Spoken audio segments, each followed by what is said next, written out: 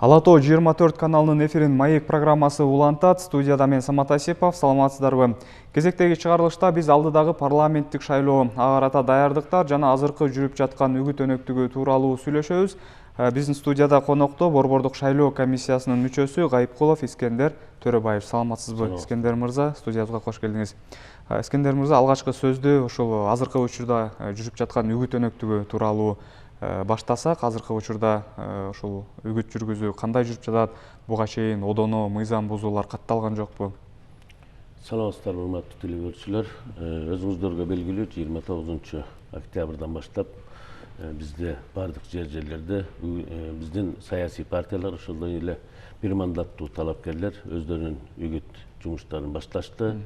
Биз биринчиден ушул бүгүнкү шайлоого даярдык боюнча Борбордук шайлоо комиссиясы тарабынан бүгүнкүгө чейин бир кыйла биздин жумуштар жүргүзүлдү. Атап айтканда, бардык региондордо республикалык штабтын жыйындары өткөрүлүп, ар бир жыйында ушул борбордук биздин ушул республикалык штабтын жетекчиси, коопсуздук кеңешинин катчысы Иманкулов өзү катышып, биздин Борбордук шайлоо комиссиясынын төрагасы катышып, ошондой эле жердеги бийликтин өкүлдөрү катышып, быйылкы ушу шайлоону ачык айкын өткөрүү боюнча бүт жыйындар өткөрүлдү.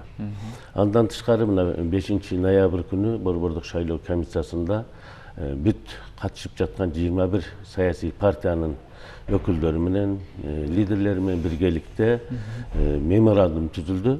Меморандум негизинен бул саясий партиялар тарабынан өздөрү бүгүнкү шайлоого ачык айкын катышуу жагын, сатып алуу процесстерди кылбай, ошондой эле бири-бирине жаман сөздөрдү баягы жүргүзбөй, таза ачык шайлоо өткөрөбүз деген тарабы. Экинчи тараптан Борбордук шайлоо комиссиянын жердеги өкүлчүлүктөрү, участкалык шайлоо комиссиялар, аймак шайлоо комиссиялар таза шайлоо өткөрүүгө шарт түзүү маселелери боюнча чоң меморандум түзүлдү.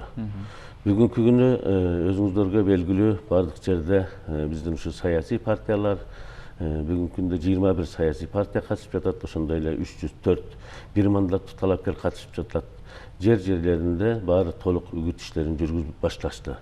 Биздин аймактык шайлоо комиссиялары, ошондой эле жергиликтүү бийликтер биргеликте жериндеги биздин талапкерлерге бирдей шарт түзүү максатында бүт райондордо, айыл өкмөттөрдүн территорияларында чогуу бирден жолугушуу өткөрүү процесси менен иштеп, графиктерди түзүп, азыр үгүт иштери жерде өткөрүлүп жатат.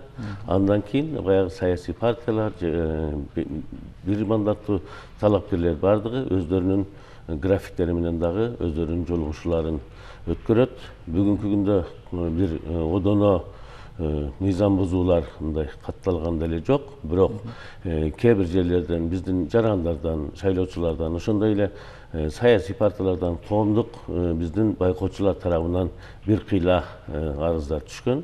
Ал арыздар боюнча оперативдик иштөө боюнча бизде атайын ыкчам топтор бар. Ар бир аймактык шайлоо комиссиясы түзүлгөн. Ыкчам топтордун катарында биздин укук коргоо органдарынын өкүлдөрү бар. Ошондой эле аймактык шайлоо комиссиясынын мүчөлөрү. Булар жеринде оперативно ошонун баарына жыйынтык чыгарып, биз ошолордун үстүнөн чечимдерди кабыл алып жатабыз. Азыркы күндө бир кыйла бир канча бир мандат талапкерлерден жазуу түрүндө эскертип алгандар бар. Ошондой эле азыр ошол кээ бир жерлерде үгүт иштерин жүргүзүү маселесинде болуп жаткандар үстүнөн түшкөн арыздар боюнча биздин ушул ыкчам топтор өздөрүнүн иштерин жүргүзүп жатат. Ошол меморандумда камтылган талаптарды анда канчалык деңгээлде аткарып жатат десек болот? Партиялар анан жеке талап. Бүгүнкү күндө айтат элек, меморандумда белгиленген ушул келишимдер толугу менен аткарылып жатат. Себеби бизде мындай одоно түрдө бир партия тарабынан бир административдик ресурс колдонуу, сатып алуу мындай фактылары азырынча жок. Өзүңүздөргө белгилүү, азыркы жаңы конституциялык мыйзамдын негизинде ар бир талапкер бир мандаттуу, ошондой эле партиялар атайын фонддорду түзүшөт. Баары фонддорду түзгөн.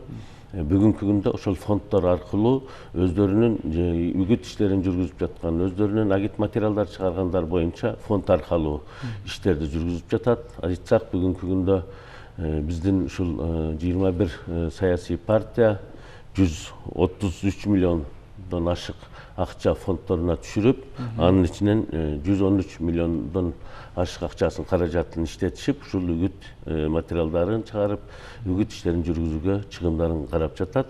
Бул боюнча быйылкы жыл айрыкча өзгөчө. Бул атайын фондду баягы которуу жолу менен гана жүргүзүшөт. Бардык ошол типография менен иш кылабы, башка үгүт ишин өткөргөн жерлерди арендага помещениени алып, ошонун бардыгыны алдын ала келишим түзүшүп, которуу жолу менен ал жерлерге акчаны которуп, андан кийин гана ушул үгүт иштерин жүргүзүп жатат. Мунун баары элге ачык айкын болуш үчүн биздин Борбордук шайлоо комиссия тарабынан атайын биздин электрондук талапкер деген портал бар биздин сайтта. Ошол сайттан күнүмдүк ар бир талапкердин бир мандаты, ошондой эле ар бир партиянын кайсы жактан кандай каражаттар түшүп жаткандыгы туурасында, ошондой эле кайсы каражатты кандай үгүт иштерине жумшап жаткандыгы туурасында отчеттор көрүнүп турат. Биздин ар бир шайлоочу биздин сайтка кирип, ушул жерден электрон талапкер порталынан көрө алышат. Мына ушул шайлоодо добуш сатуу жана сатып алуу маселеси кичине чектелгендей болду, бирок ошол эле учурда жанагы ошо электрондук банк карталарына акчаларды которуп, ошол жанагы үгүтчүлөр деген бир шылтоо менен дагы ошондой адамдар аркылуу дагы акча таратып жатышат деген дагы имиштер болду эле да буга чейин. Ушул нерселер текшерилдиби Борбордук шайлоо комиссиясында? Бул маселе боюнча мен ачык айтып кетейин. Күнүмдүк ар бир талапкердин чыгашалары толук ачык айкын ошол электрондук талапкер порталында ар бир талапкер боюнча турат. Ошондой эле ар бир партия боюнча. Бүгүнкү күндө бизде ушул үгүт иштерин жүргүзүү үчүн жеке бир мандаттуу талапкерлер 500ге чейин агитатор алууга акысы бар. Ошондой эле партиялар 10.000 кишиге чейин. Бул агитаторлорго дагы акчалай келишимдерди биринчи түзүп, ошол агитаторлордун баарына илгери баягы накталай акчаны алып берсе, азыр ошону алардын өздөрүнүн ошо өздүк счетторуна которуп берип, которуп бергүү жолу менен алар банк аркылуу ошол акчаларын баягы вознаграждениелерди алып жатат. Эми негизинен бул баягы сатып алуу десек туура эмес. Бул ошол агитатор биздин ушу талапкерлерге, биздин партияларга иштеп жаткан агитаторлордун баягы транспорттук каражаты, алардын баягы үгүт ишти жүргүзгөндө кетип жаткан материалдык затраттарын жабуу үчүн түзүлгөн келишимдер, ошонун үстүнөн иштеп жатышат. Биз ошондой эле бизде азыркы күндө ишенимдүү кишилерди, ошондой эле байкоочуларды акча каражатын төлөбөстөн алар менен безвозмездный келишим түзүп, аларды да иштеткенге толук акысы бар, бул мыйзам жол берет. Ама 510.000 деген сан эмнеден улам ушундай чечим кабыл алынды? Негизинен бул ушул эски практикалардын баарын эсепке алып, ошол биздин Кыргызстандын территориясы боюнча партия бирдиктүү республикалык округ болгондон кийин ошо республика боюнча бир партиянын үгүт ишин жүргүзүүгө 10.000ге чейин деп чек койгонбуз. Ошо 10.000ге чейинки үгүт ишин жүргүзүүчү кишилерди алар келишим менен түзүп алып, алар иштейт. Ошондой эле бир мандаттуу өзүңүздөр билесиздер, 100.000 шайлоочу бир округда орточо. Ошол 100.000 шайлоочуга бүгүнкү ошо өздөрүнүн талапкердин программаларын, өздөрүнүн талапкердин кылган иштерин, кандай ишти кылаары туурасында жеткирүү үчүн буларга ар бир талапкер жетпейт да. Ошол үчүн алар ошо өздөрүнүн үгүтчүлөрүн алып, агитаторлор аркылуу элге жеткирүү иштерин жүргүзүшөт. Ошолорго бөлүнө турган каражаттын эсеби дагы белгиленгенби? Каражаттын көлөмү жок, бирок канча акча төлөп жаткандыгы боюнча алар ар бири менен жеке келишим түзөт. Ал келишимдердин баардыгын биздин ушу Борбордук шайлоо комиссиянын алдындагы контролдук текшерүү бизде жумушчу тобу бар. Ушу жумушчу топ аркылуу баары текшерүү жүргүзүлөт. Мына экинчиден азыр мына биздин талапкерлер жаңы мыйзам боюнча 2 жолу финансылык отчет берет. Бул шайлоого 10 күн калганда, мындайча айтканда 18 уже ноябрга биринчи финансылык отчетун беришет. Андан кийин экинчи финансылык отчет бул бардык шайлоо бүткөндөн 10 күндөн кийин бардык финансылык документтерин толук борбордук шайлоого тапшыруу аркылуу бул эки отчет тапшырышат. Эртең биринчи отчет тапшыргандан кийин биздин ушу борбордук шайлоо комиссиясынын контролдук текшерүү жумушчу тобу бул каражаттардын кайдан алгандыгын туура биздин мыйзамга туура келеби, ошол акчалардын источнигин баягы происхождениесин башкасын толук көзөмөлгө алабыз. Эгерде финансылык нарушениялар болсо, башка болсо, бул дагы бирден бир ошо партияны тизмеден чыгарып салууга, шайлоодон алып салууга бир себеп болуп калышы мүмкүн.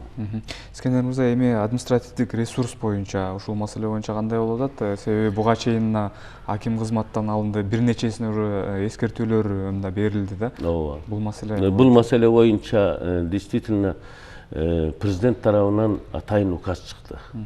Указ менен себеби өзүңүздөр билесиздер, конституциялык мыйзамда мугалимдерге, медициналык кызматка, башкаларга мындай чектөө коюлган эмес болчу. Бирок атайын президенттин указын чыгып, бардык мамлекеттик жана муниципалдык кызматта иштеген кишилерге толук чектөө коюлду. Булар эч кандай үгүт иштерин жүргүзүүгө, ушу шайлоого аралашканга акысы жок деп. Ошондон кийин да карабастан кээ бир баягы мына жакында эле өзүңүздөр билесиздер, Азаттык партиясы боюнча аябай көп соцсет тармактарга чыгып, студенттерди алып келди деген маселелер болду. Алар боюнча толук биздин ошол оперативдик группалар жер-жеринде тактап, ошол эки мугалим ошол студенттерди алып келген боюнча, башка боюнча РППга регистрация болуп, алардын үстүнөн иш жүргүзүп жатат. Ошондой эле ушул эле ректор боюнча дагы бизде ушул биздин администрация президентке, ошондой эле билим берүү министрлигине, биздин борбордук шайлоо комиссиясынан сунуш киргизип жатат, алардын жоопкерчилигин кароо маселесинде. Ошондой эле баягы жерлерде кварталдык комитеттер, башка аралашкан жерлерде көпчүлүгүн азыр жумуштан бошотуп, чектетип, бул маселе толук бир эле борбордук шайлоо комиссия тарабынан эмес, мамлекеттин өзү тарабынан, республикалык штаб тарабынан аябай катуу көзөмөлгө алынып, толук бүгүнкү күндө административдик ресурсту колдонтпогонго иш-чаралар иштеп жатат. Өткөн шемби күнү президент ушу кеминде сүйлөп жатып айтты. Азыр ар бир позициясы болобу, оппозиция болобу, бардыгына бирдей шарт түзүлүп жатат. Баягы стадиондорду, клубтарды ижарага алууда. Азыркы учурда ушундай бир арыз дооматтар түшкөн жокпу? Жергиликтүү бийликтер тоскоолдук кылып койгон. Бүгүнкү күндө жергиликтүү бийликтер ушундай жайды бербей, тоскоолдук кылып, баягы илгери билесиздер, свет өчүрүп койду, башка деген эч кандай бир бизге арыз түшкөн жок.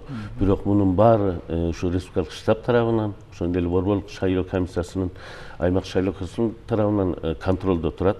Эч бир партияга бир жерде бир баягы маданият үйүн же башка бир жыйын өткөргөнгө мындай тоскоолдуктар болгон жок.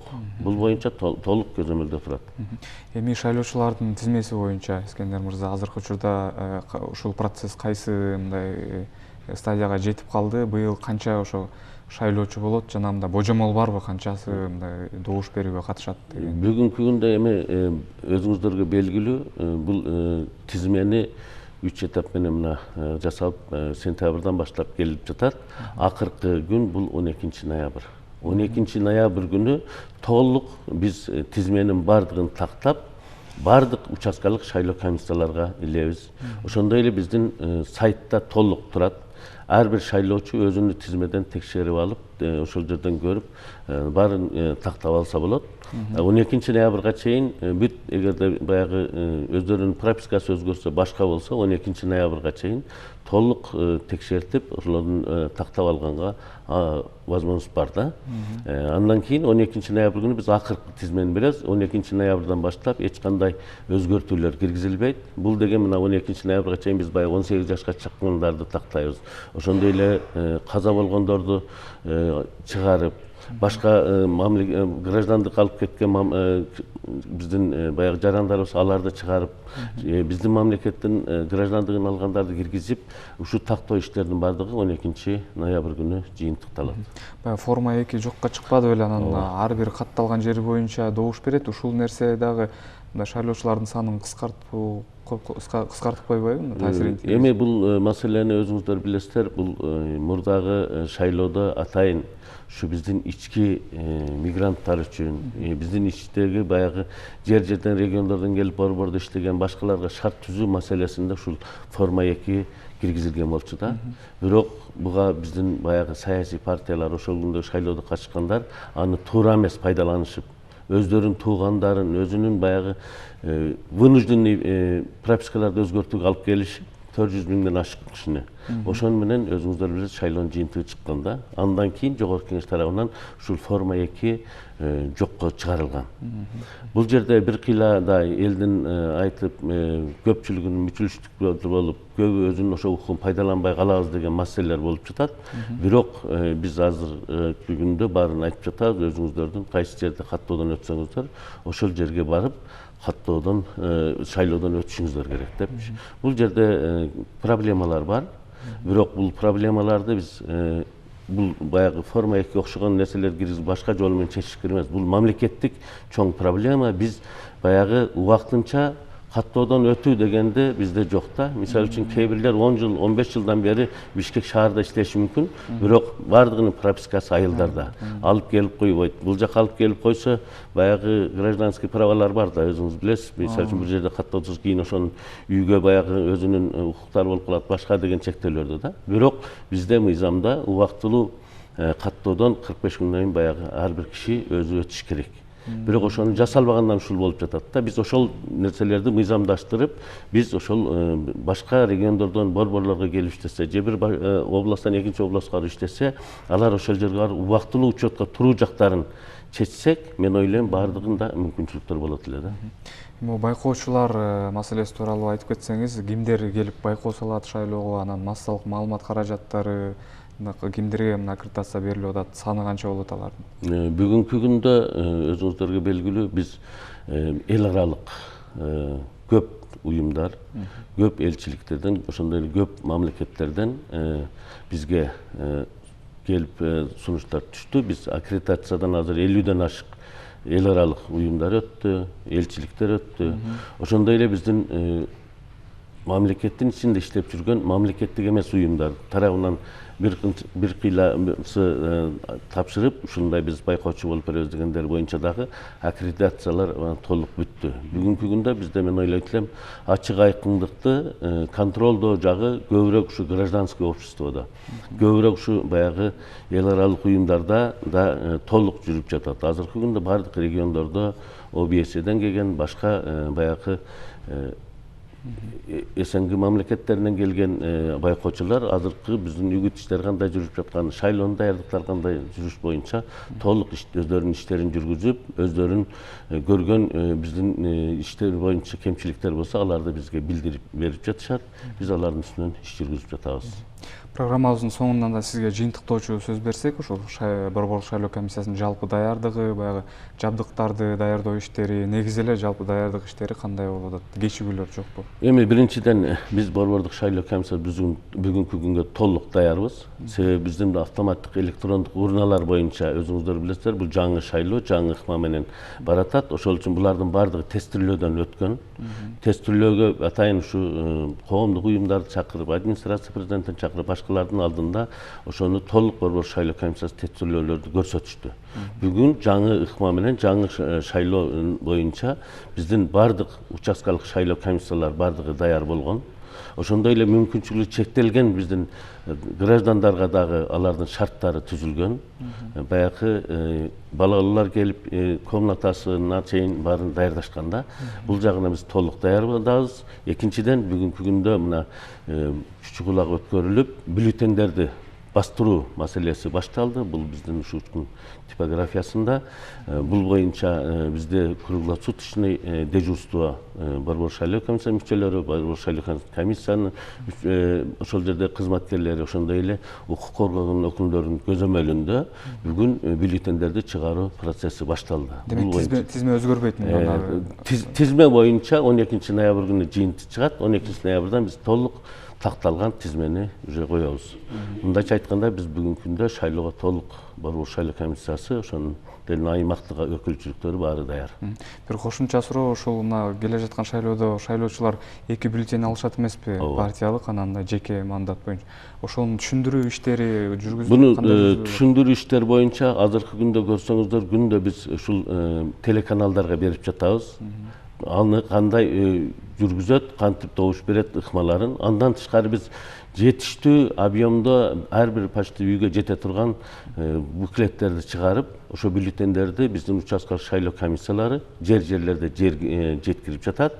Ошондой эле биздин баягы партияларга дагы сунуш бердик, талапкерлерге сунуш бердик. Алар дагы эл менен жолугушуп жаткан кампанияда ошо бюллетендерди кантип чийиш керек, кандай эсепке өтөт, ошонун баарын толук түшүндүрүү иштери жүрүп жатат. Мен ойлойм, шайлоо күнгө чейин элдин баарын катмарына биз кантип шайлоого барып, кантип добуш берүү жолдорун баарын түшүндүрөбүз.